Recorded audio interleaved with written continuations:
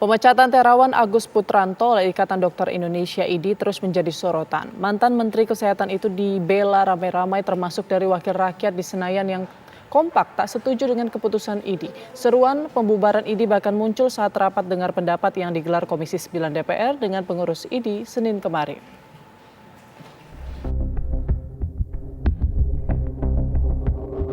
Pemberhentian mantan Menteri Kesehatan Terawan Putranto dari keanggotaan Ikatan Dokter Indonesia (IDI) berbuntut panjang. Komisi 9 DPR RI langsung merespon dengan membahas mengenai evaluasi IDI secara keseluruhan perihal tugas dan fungsinya. Jelas, cuci otaknya Dokter Terawan itu berguna bagi manusia, berguna masih bagi pasien, dan banyak dan semua pasien mengatakan bahwa itu tidak punya efek samping, justru malah menyehatkan, memberikan kesehatan, menambah kecerdasan.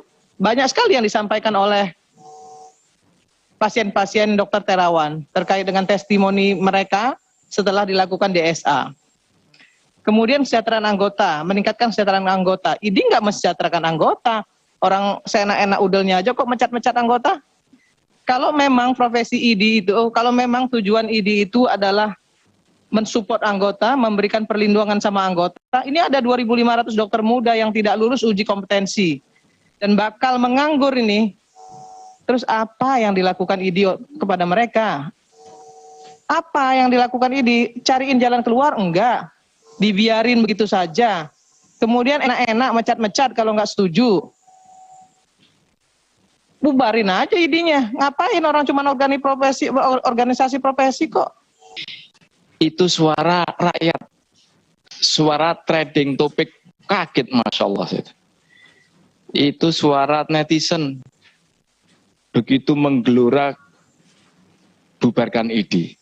Saya kaget, ada apa kok sampai sebegininya gitu loh.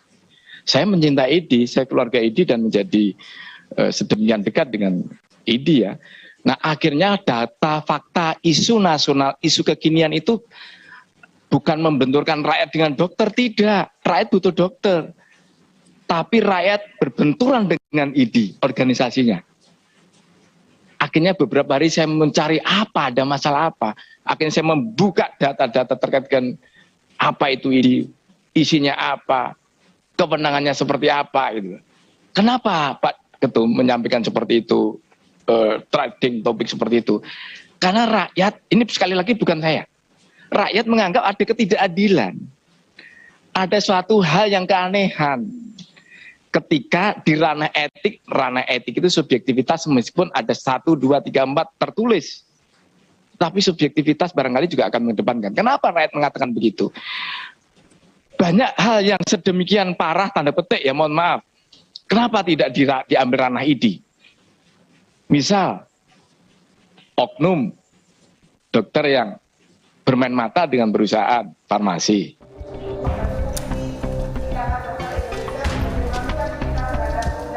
Rapat dengar pendapat DPR dengan IDI juga membahas mengenai evaluasi IDI secara keseluruhan perihal tugas dan fungsinya. Usai rapat yang berlangsung hingga Senin malam tersebut, IDI sepakat untuk menyelesaikan persoalan secara kekeluargaan dengan duduk bersama, bertemu dan berkomunikasi dengan Dokter Terawan. Sementara Komisi 9 DPR RI meminta IDI bersama Dokter Terawan untuk secepatnya menyelesaikan perbedaan pendapat terkait penerapan etika kedokteran secara internal dengan pendekatan kekeluargaan dan bermartabat. Tim TV One mengabarkan.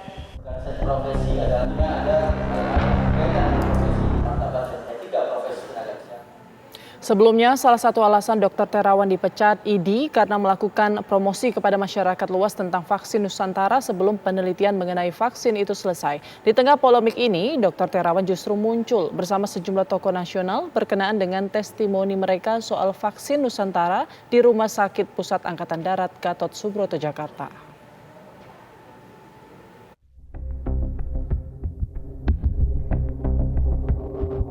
Pemberhentian mantan Menteri Kesehatan Terawan Putranto dari keanggotaan Ikatan Dokter Indonesia (IDI) berbuntut panjang. Komisi 9 DPR RI pun langsung meminta penjelasan dari IDI untuk mengetahui apa alasan dibalik pemecatan Terawan. Dalam rapat dengar pendapat umum antara Komisi 9 dengan pengurus IDI Senin kemarin, pengurus Ikatan Dokter Indonesia yang hadir mendapat kritik dan amarah dari sejumlah anggota dewan.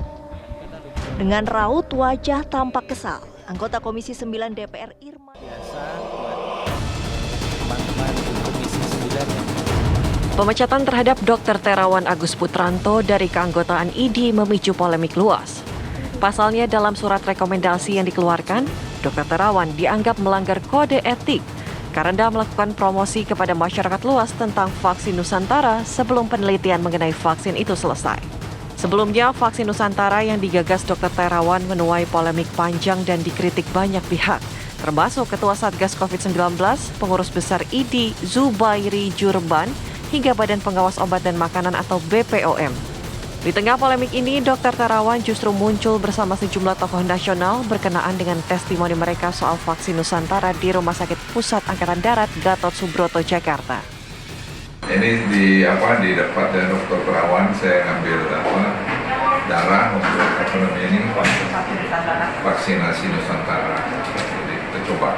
Kita kenapa sih nggak bangga dengan temuan anak bangsa gitu? Kenapa kita terlalu berpikir negatif? Kita cobain aja. Saya coba nih. Dan saya tanya Dr. Nyoto juga, katanya dia bagus, Dr. Terawan. Kita buanglah pikiran-pikiran yang negatif terhadap anak bangsa sendiri. Saya sekarang mau menerima vaksin Nusantara. Sudah lama saya menunggu ini. Saya meminta baik kepada Pak Dokter, Pak Ning, dia bilang tunggu dulu. Ada beberapa hal yang yang harus dikembangkan lagi, mulai dari Delta, Omicron dan lain-lain. Nah sekarang hari ini saya melakukan vaksin Nusantara. Saya merasa sangat bahagia sekali. Karena ini sudah lama ditunggu-tunggu. Saya tahu teman-teman saya DPR, beberapa menteri, dan ya orang top. Dan ini saya kira solusi yang terbaik untuk kita. Sebelumnya, sejumlah tokoh politik tanah air juga telah menerima suntikan vaksin Nusantara.